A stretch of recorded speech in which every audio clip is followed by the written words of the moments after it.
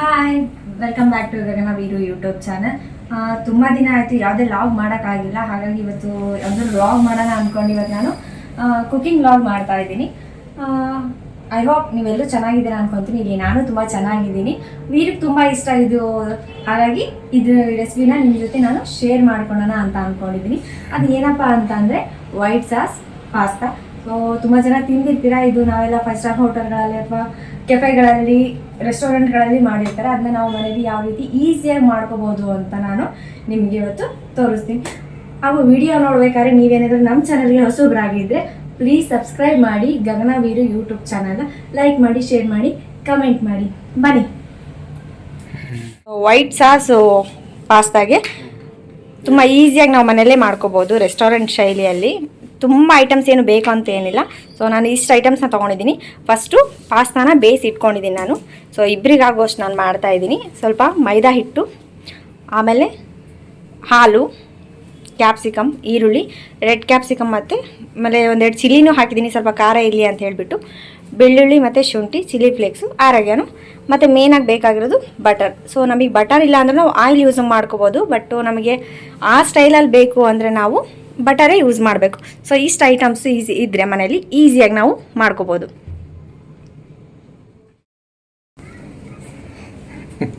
ಇದು ಇಟ್ಕೊಂಡಿದ್ದೀನಿ. ಫಸ್ಟ್ ನಾನು ಸ್ವಲ್ಪ ಬಟರ್ ಹಾಕ್ತಾಯಿದ್ದೀನಿ. ಎಣ್ಣೆ ಹಾಕೋಬೋದು, ಬಟ್ಟು ಅಷ್ಟು ಟೇಸ್ಟ್ ಆಗಿರಲ್ಲ ನಮಗೆ ರೆಸ್ಟೋರೆಂಟ್ ಸ್ಟೈಲಲ್ಲಿ. ಸೊ ನಾವೆಲ್ಲ ಹೊರಗಡೆ ಹೋದಾಗ ತಿಂದಿರ್ತೀವಿ, ಹಾಗಾಗಿ ಸ್ವಲ್ಪ ಬಿಸಿಯಾಗಿ ಬಟರು. ತುಂಬ ಹೈ ಫ್ಲೇಮಲ್ಲಿ ಇಟ್ಕೋಬೇಡಿ ಗ್ಯಾಸ್ನ, ಆದಷ್ಟು ಸ್ವಲ್ಪ ಮೀಡಿಯಮ್ ಸೈಜಲ್ಲಿ ಇಟ್ಕೊ. ಸೊ ಇದು ಸ್ವಲ್ಪ ಬಿಸಿ ಆದಮೇಲೆ ನಾನೇನು ಮಾಡ್ತೀನಿ, ಆನಿಯನ್ ಮತ್ತು ಕ್ಯಾಪ್ಸಿಕಮ್ನ ಹಾಕ್ತೀನಿ. ಸೊ ಆಯಿಲ್ ಬೆಣ್ಣೆ ಬಿಸಿ ಆಗ್ತಾಯಿದೆ, ಕರಗ್ತಾ ಇದೆ. ಸಾಲ್ಟೆಡ್ ಆದರೂ ತೊಗೊಳ್ಳಿ ಅಥವಾ ಪ್ಲೇನ್ ಆದರೂ ತೊಗೊಳ್ಳಿ.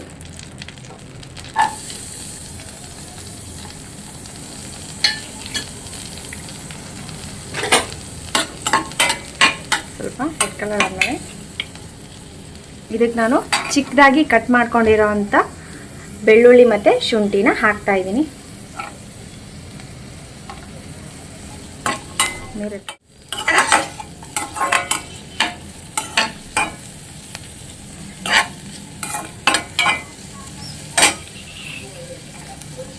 ಈರುಳ್ಳಿ ಚೂರು ಸ್ವಲ್ಪ ಹಸಿ ಸ್ಮೆಲ್ ಹೋದ ತಕ್ಷಣ ನಾನೇನು ಮಾಡ್ತೀನಿ, ಚಿಕ್ಕದಾಗಿ ಕಟ್ ಮಾಡ್ಕೊಂಡಿರೋಂತಹ ಕ್ಯಾಪ್ಸಿಕಮ್ನ ಹಾಕ್ತಾಯಿದ್ದೀನಿ. ಸೊ ಇದ್ರ ಜೊತೆ ನೀವು ಸ್ವೀಟ್ ಕಾರ್ನಾದರೂ ಹಾಕ್ಕೋಬೋದು. ನಾನು ಆದರೆ ಇರಲಿಲ್ಲ, ಹಾಗಾಗಿ ನಾನು ಇಷ್ಟರಲ್ಲೇ ಮಾಡ್ತಾಯಿದ್ದೀನಿ. ಇವಾಗ ನಾನು ಕ್ಯಾಪ್ಸಿಕಮ್ ಹಾಕ್ತಾಯಿದ್ದೀನಿ. ಇದಕ್ಕೆ ನಾನೀಗ ಸ್ವಲ್ಪ ಬೆಂದಮೇಲೆ ಇದರಲ್ಲೇ ಆದರೂ ನೀವು ಆ್ಯಡ್ ಮಾಡಿಕೊಂಡು ಮಾಡ್ಕೋಬೋದು ಕ್ರೀಮ್ನ, ಅಥವಾ ಬೇಡ ನಾನು ಹೊರಗಡೆ ಮತ್ತೆ ಎಕ್ಸ್ಟ್ರಾ ಮಾಡ್ಕೊತೀನಿ ಅಂದರೂ ಮಾಡ್ಕೋಬೋದು. ಸೊ ನಾನು ಇದರಲ್ಲೇ ಮಾಡ್ಕೊತೀನಿ.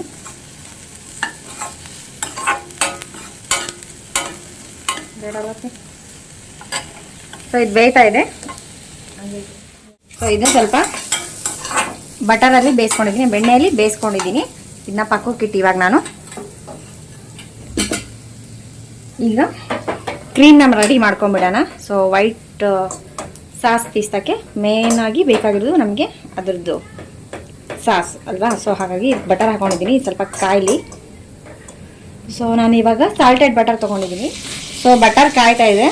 ಸೊ ಇದಕ್ಕೆ ನಾನು ಒಂದು 2 ಸ್ಪೂನು ಮೈದಾ ಹಿಟ್ಟು ಹಾಕೊತಾ ಇದ್ದೀನಿ. ಗಂಟಿಲ್ಲೇ ರೀತಿ ಫಸ್ಟ್ ನೀಟಾಗೆಲ್ಲ ಕಲಿಸ್ಕೊಂಬಿಡಿ. ನೀಟಾಗೆಲ್ಲ ಬೆಣ್ಣೆ ಮತ್ತು ಮೈದಾ ಹಿಟ್ಟು ಕಲಿಬೇಕು ಚೆನ್ನಾಗಿ.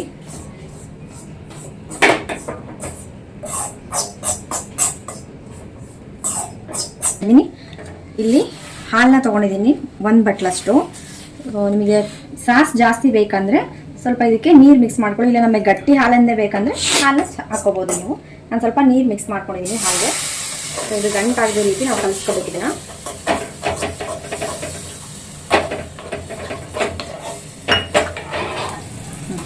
ಸೊ ಈ ರೀತಿ ಕೈ ಆಡ್ತಾನೆ ಇರಿ, ಹಾಗಾದರೆ ಗಂಟು ಬೀಳಲ್ಲ ಅದು. ಸ್ವಲ್ಪ ಕಾದ್ಮೇಲೆ ಸ್ವಲ್ಪ ಹಾಲು ಕುದಿಲಿ, ಅದು ಸ್ವಲ್ಪ ಥಿಕ್ನೆಸ್ ಆಗಿ ಬರುತ್ತೆ, ಕ್ರೀಮಿ ಟೆಕ್ಸ್ಚರ್ ಬರುತ್ತೆ ಅದು.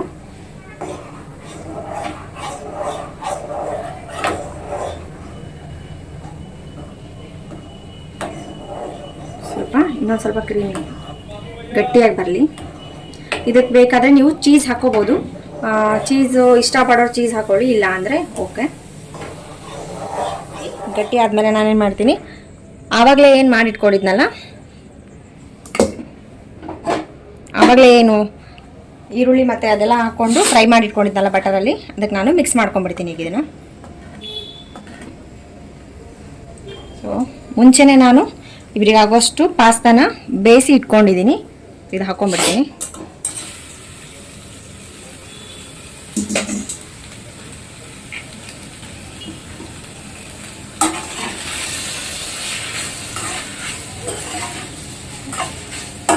ಪಾಸ್ತಾ ಬೇಯಿಸ್ಬೇಕಾದ್ರೆ ಉಪ್ಪು ಹಾಕಿ ಬೇಯಿಸಿದ್ದೀನಿ. ನೋಡಿ ಉಪ್ಪು ಹಾಕೊಳ್ಳಿ. ಇದೇನು ಕ್ರೀಮ್ ಥರ ಮಾಡ್ಕೊಂಡಿದ್ವಲ್ಲ, ಇದನ್ನ ಹಾಕೊಂಡ್ಬಿಡೋಣ.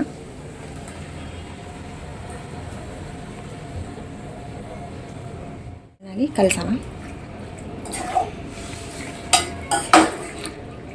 ಕೆಲವ್ರಿಗೆ ಇದು ಲಿಕ್ವಿಡ್ ಆಗಿದ್ರೆ ತುಂಬ ಇಷ್ಟಪಡ್ತಾರೆ, ಅಷ್ಟು ಲಿಕ್ವಿಡ್ ಇಲ್ಲದೇನೂ ಕೆಲವ್ರು ಇಷ್ಟಪಡ್ತಾರೆ, ಗಟ್ಟಿಯಾಗಿರಬೇಕು ಅಂತಾರೆ. ನಿಮ್ಮ ಅನುಕೂಲ. ಲಿಕ್ವಿಡ್ ಆಗಿ ಮಾಡ್ಕೊತೀನಿ.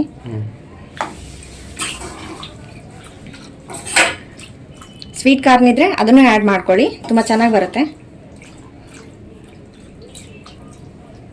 ಸ್ವಲ್ಪ ಕುದಿಲಿ. ಇದಕ್ಕೆ ನಾನು ಖಾರಕ್ಕೆ ಕಾಳು ಮೆಣಸಿನ ಪುಡಿ ಹಾಕೊತಾ ಇದ್ದೀನಿ. ಪೆಪ್ಪರ್ ಪೌಡರ್ ಹಾಕೊತಾ ಇದ್ದೀನಿ. ನೋಡಿ ಹಾಕೊತಾ ಇದ್ದೀನಿ. ಖಾರ ಇಷ್ಟಪಡೋರು ಹಾಕೊಳ್ಳಿ. ಪೆಪ್ಪರ್ ಸ್ಪ್ರೇ, ಪೆಪ್ಪರ್ ಪೌಡರ್ ಹಾಕೊಂಡಿದ್ದೀನಿ ನಾನು ಇವಾಗ. ಆವಾಗಲೇ ನಾನು ಪಾಸ್ತಾ ಬೇಯಿಸ್ಬೇಕಾದ್ರೆ ಸಾಲ್ಟ್ ಹಾಕಿದ್ದೆ, ಹಾಗಾಗಿ ನೋಡಿ ಹಾಕೊತೀನಿ ಎಷ್ಟು ಬೇಕಷ್ಟು. ರುಚಿಗೆ ತಕ್ಕಷ್ಟು ಉಪ್ಪು. ಇದನ್ನ ಚೆನ್ನಾಗಿ ಕಲಸಿ. ಸೊ ಈಸಿಯಾಗೆ ಮನೆಯಲ್ಲೇ ಮಾಡ್ಕೋಬೋದು. ಮನೆಯಲ್ಲಿ ಎಲ್ಲರೂ ತಿನ್ಬೋದು, ಹೊರಗಡೆ ಹೋಗಿ ತಿನ್ನೋಕ್ಕಿಂತ.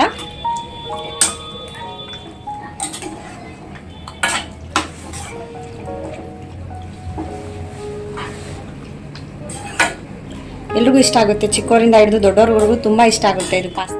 ನಮ್ಮ ಮನೇಲಿ ವೀರಕ್ಕೆ ತುಂಬ ಇಷ್ಟ, ಹಾಗಾಗಿ ನಾನು ಅವಾಗವಾಗ ಮನೇಲಿ ಮಾಡ್ತಾ ಇರ್ತೀನಿ. ಸೊ ಹಾಗಾಗಿ ನಿಮ್ಮ ಜೊತೆನೂ ಶೇರ್ ಮಾಡ್ಕೊಳೋಣ ಅಂದ್ಬಿಟ್ಟು ಇವತ್ತು ನಾನು ವೈಟ್ ಸಾಸ್ ಪಾಸ್ತಾ ಮಾಡಿದೆ. ಸೊ ಸ್ವಲ್ಪ ಕುದಿಲಿ. ಅದು ಕುದ್ಮೇಲೆ ನಾವು ಚಿಲ್ಲಿ ಫ್ಲೇಕ್ಸ್ ಮತ್ತು ಅರಗಣ ಹಾಕೋಣ. ಉಪ್ಪು ನಿಮ್ಮ ಮನೇಲಿ ನೀವು ಹೇಗೆ ತಿಂತೀರೋ ರುಚಿಗೆ ತಕ್ಕಷ್ಟು ಹಾಕ್ಕೊಳ್ಳಿ. ಅರಗಣ ಹಾಕ್ತಾಯಿದ್ದೀನಿ. ಸ್ವಲ್ಪ ಚಿಲ್ಲಿ ಫ್ಲೇಕ್ಸ್ ಹಾಕ್ತಾಯಿದ್ದೀನಿ ಟೇಸ್ಟಿಗೆ. ಇವಾಗ ನಾನು ಚಿಲ್ಲಿ ಫ್ಲೇಕ್ಸ್ ಮತ್ತು ಅರಗಣ ಹಾಕಿದ್ದೀನಿ. ಸೊ ಇದಾದಮೇಲೆ ಸ್ವಲ್ಪ ಕೈ ಆಡಿಬಿಟ್ಟು ಇಳಿಸ್ಬಿಟ್ರೆ ಓಕೆ. ಇಲ್ಲಿಗೆ ನಮ್ಮ ವೈಟ್ ಸಾಸ್ ಪಾಸ್ತಾ ರೆಡಿ ಆಯಿತು. ಸೊ ಬಿಸಿ ಬಿಸಿಯಾಗಿ ಮನೆಯಲ್ಲಿ ಎಲ್ಲರೂ ಕೂತ್ಕೊಂಡು ಆರಾಮಾಗಿ ಟಿ ವಿ ನೋಡ್ತಾ ತಿನ್ಬೋದು. ಸಂಜೆ ಸ್ನ್ಯಾಕ್ಸಿಗೂ ಮಾಡ್ಕೋಬೋದು ಅಥವಾ ಊಟಕ್ಕೂ ಮಾಡ್ಕೋಬೋದು. ಕೆಲವರು ಬೆಳಿಗ್ಗೆ ತುಂಬ ಇಷ್ಟಪಟ್ಟು ತಿಂತಾರೆ, ಇದನ್ನು ಲಂಚ್ಗೂ ಟಿಫನ್ಗೂ ತಿಂತಾರೆ. ಸೊ ಈಸಿಯಾಗಿ ಒಂದು 10 ರಿಂದ 15 ನಿಮಿಷದಲ್ಲಿ ಈಸಿಯಾಗಿ ನಾವು ಮಾಡ್ಕೊಂಬಿಡ್ಬೋದು.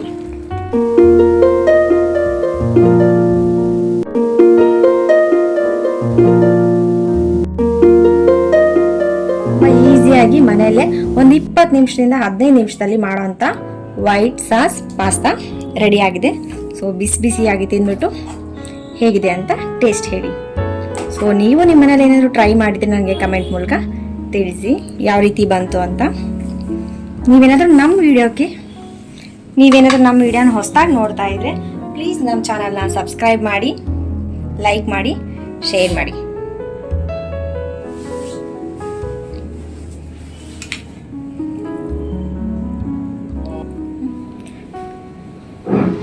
ಈಸಿಯಾಗಿ ಮನೆಯಲ್ಲೇ ಮಾಡಿರೋಂಥ ವೈಟ್ ಸಾಸ್ ಪಾಸ್ತಾ ರೆಡಿಯಾಗಿದೆ. ಸೊ ನೀವು ನಿಮ್ಮ ಮನೆಯಲ್ಲಿ ಟ್ರೈ ಮಾಡಿ ಹೇಗೆ ಬಂತು ಅಂತ ನನಗೆ ಕಮೆಂಟ್ ಮೂಲಕ ತಿಳಿಸಿ. ತುಂಬ ಈಸಿಯಾಗಿ ಒಂದು 20 ನಿಮಿಷದಲ್ಲಿ ಮಾಡ್ಬೋದು ಈ ಪಾಸ್ತಾನ. ತುಂಬ ಐಟಮ್ಸ್ ಬೇಕು ಅಂತ ಏನಿಲ್ಲ.